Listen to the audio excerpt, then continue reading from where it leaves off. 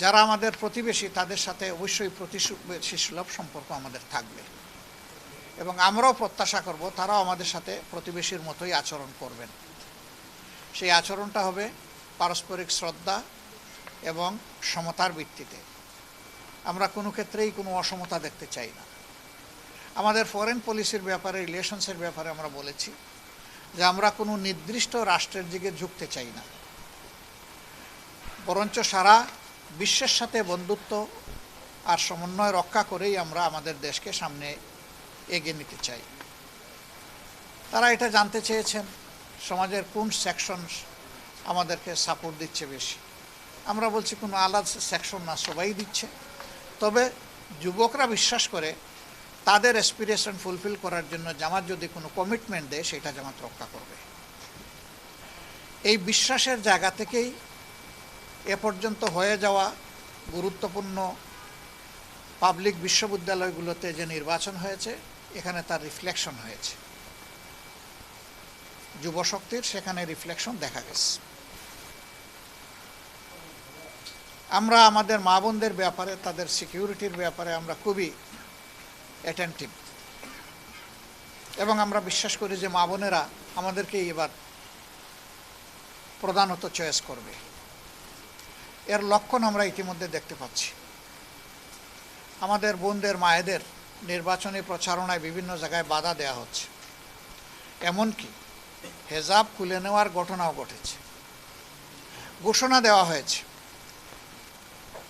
এদের কাউকে দেখলে তোমরা ঠেকিয়ে দেবা, কোথাও বলা হয়েছে তাদেরকে তাড়িয়ে দেবা। মা বোন তো সবারই আছে। এই শব্দগুলা কেন? রাজনৈতিক দলের কাজ হচ্ছে সকল শ্রেণী পেশার বয়সের মানুষকে, লিঙ্গের মানুষকে সম্মান দেখানো।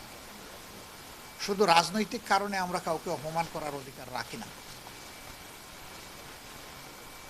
মায়েরা তাদের মতো করে ডিসিশন নেবে, যেমন ভাইয়েরা তাদের মতো করে ডিসিশন নেবে।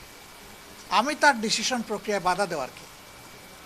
আমার যদি 10 জনকে ক্যাম্পেইন করার অধিকার থাকে, অবশ্যই তিনি মেল না ফিমেল এই কথা বড় কথা না, তারও অধিকার আছে, তিনিও ক্যাম্পেইন করবেন। আমাদের এই মিউচুয়াল রেসপেক্টের জায়গাটা আমাদের রক্ষা করতে হবে। আমরা বিশ্বাস করি আগামীতে বাংলাদেশের জনগণ সঠিক সিদ্ধান্ত নেবে এবং তারা দেশকে নিরাপদ করার জন্যে, দুর্নীতিমুক্ত করার জন্যে, সুশাসন কায়েমের জন্য, ন্যায় ন্যায়ের বিচার নিশ্চিত করার জন্য, অর্থনৈতিক পুনর্বিন্যাস করে দেশকে এগিয়ে নেওয়ার জন্যে তারা সঠিক সিদ্ধান্তটি দিবে। জনগণের উপর আমাদের 100% আস্থা আছে। আমাদের আস্থার সামান্য কোনো ঘাটতি নেই। শুধু আমাদের দাবি চাহিদা নির্বাচনটা সুষ্ঠু হোক। ভোটাররা নির্বিঘ্নে গিয়ে তার ভোটটা সে নিজেই দিক। ভোট দেওয়ার পরে তার ভোটের রিফ্লেকশনটা ফলাফলে উঠে আসুক। এই প্রক্রিয়ায় যদি জামাতে ইসলামী দেশ পরিচালনার সুযোগ পায় তার সঙ্গীদেরকে নিয়ে, আমরা দেশবাসীর প্রতি আল্লাহর প্রতি কৃতজ্ঞ থাকব এবং চেষ্টা করব আমাদের উপর অর্পিত দায়িত্বের আমানতের বোঝা সঠিকভাবে বহন করার, আমানত রক্ষা করার। তবে যদি জনগণ অন্য কাউকেও চয়েস করে, সেই ক্ষেত্রে আমাদের অঙ্গীকার হবে দেশের কল্যাণে গৃহীত সকল সিদ্ধান্ত আমরা সমর্থন করব এবং আমরা সহযোগিতাও করব। সিমিলারলি অন্যরা যদি অপোজিশন গ্যালারিতে বসেন, বিরোধী দলে বসেন, তাদের কাছ থেকে একই জিনিস আমরা প্রত্যাশা করি, for the sake of the country. Moreover আমরা এটাও চিন্তা করছি 54 বৎসরে আমাদের দেশ কোনো ফেয়ার ডেমোক্রেসি এবং কোনো স্টেবল স্থিতিশীল সমাজ পায় নাই।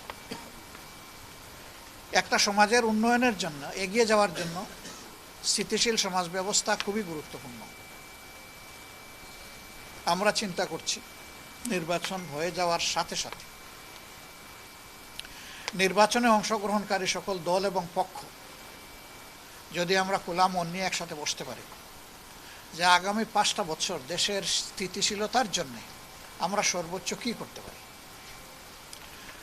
আমরা কি কোনো সমন্বিত চিন্তা করতে পারি? যদি সবাই মিলে ভালো মনে করে we are ready to render hour support. এর অর্থ এটা নয় যে অন্য কেউ সরকারে চলে গেছে আর আমরা তাদের হয়ে কাজ করব। but we have some conditions. Number one, every party and quarter তারা বলবেন যে আমরা নিজে দুর্নীতি করব না এবং দুর্নীতিকে প্রশ্রয় দেব না। এটা আমাদের 1 নম্বর শর্ত। আমাদের 2 নম্বর শর্ত হবে justice for all and equal, সকলের জন্য ন্যায় বিচার এবং সমান বিচার। এই প্রক্রিয়ায় কোনো রাজনৈতিক দল বা পক্ষ হস্তক্ষেপ করতে পারবেন না।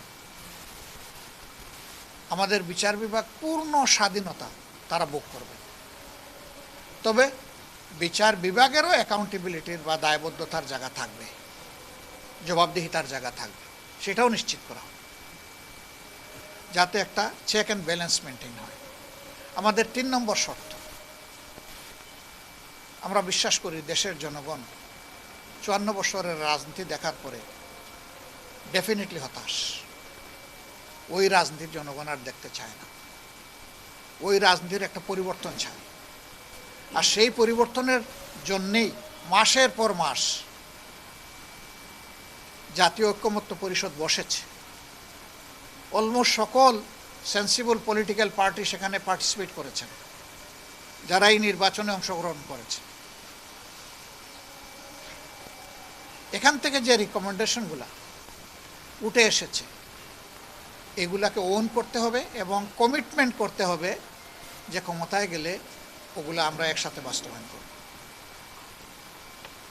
এই সংস্কার বাস্তবায়ন, ন্যায় বিচার নিশ্চিত এবং দুর্নীতি বিরোধী অবস্থান, এইটা যদি পরিষ্কার হয় আমরা সকল জায়গায় সব ধরনের সহায়তা করার জন্য আমরা প্রস্তুত।